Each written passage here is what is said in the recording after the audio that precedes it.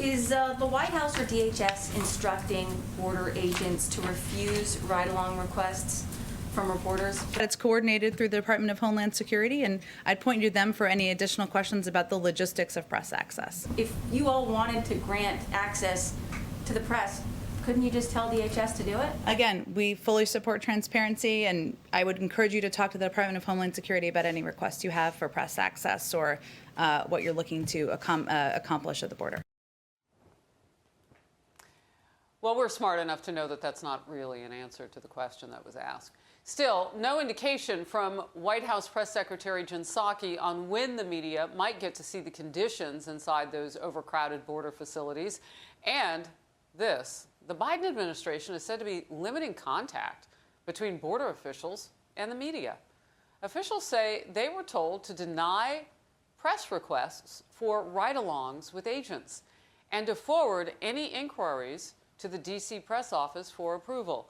Joe Concha is a media and politics columnist for The Hill and a Fox News contributor. First of all, just your reaction to that, and can we work around that to get to the facts?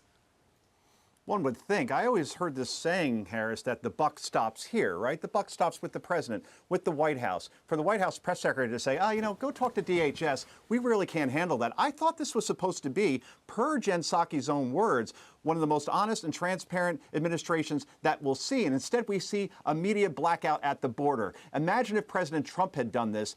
The words authoritarian and dictator, the quota would run out clearly. And we know why there's a blackout now, don't we? You have facilities that are at 100% being overrun. The CDC says these facilities should only be filled to 50% because of COVID, and now they're at 100%. You have migrants by the hundreds testing positive for COVID and then being released into the U.S. population. That is literally a super spreader event. When Psaki was asked about this, she said she didn't have any updates. She has to circle back, but it's certainly something you support. Okay, so if it's certainly something that they support, just simply say, allow the media in. Let's see what's going on here. But instead, it's the usual dodge, Harris.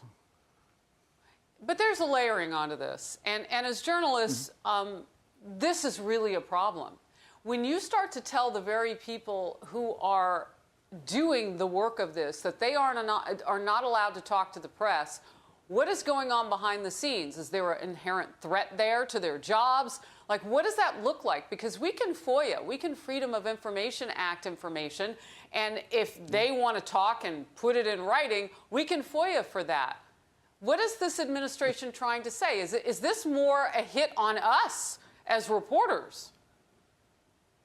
It certainly seems that way, and it's typical of the pattern as far as not allowing any access to the president, for instance, in terms of a press conference not being held for 9 weeks into an administration. And at the border, the fact that Casey Stegall had a great report before, it's not only that he's putting in requests saying, okay, we want to see these facilities, and other news organizations are as well, the requests aren't even being returned in this situation. So, look, this is one of the biggest problems right now for the Biden administration. It is overshadowing everything. And to your point before, when this news conference comes up in 9 days, guess what's going to dictate that news conference? If they just held it right after the COVID bill was signed, maybe that is the story of the day. This will be the story of the day 9 days from now, 90 days from now, and for the foreseeable future. It's only going to get worse as the weather gets warmer, Harris.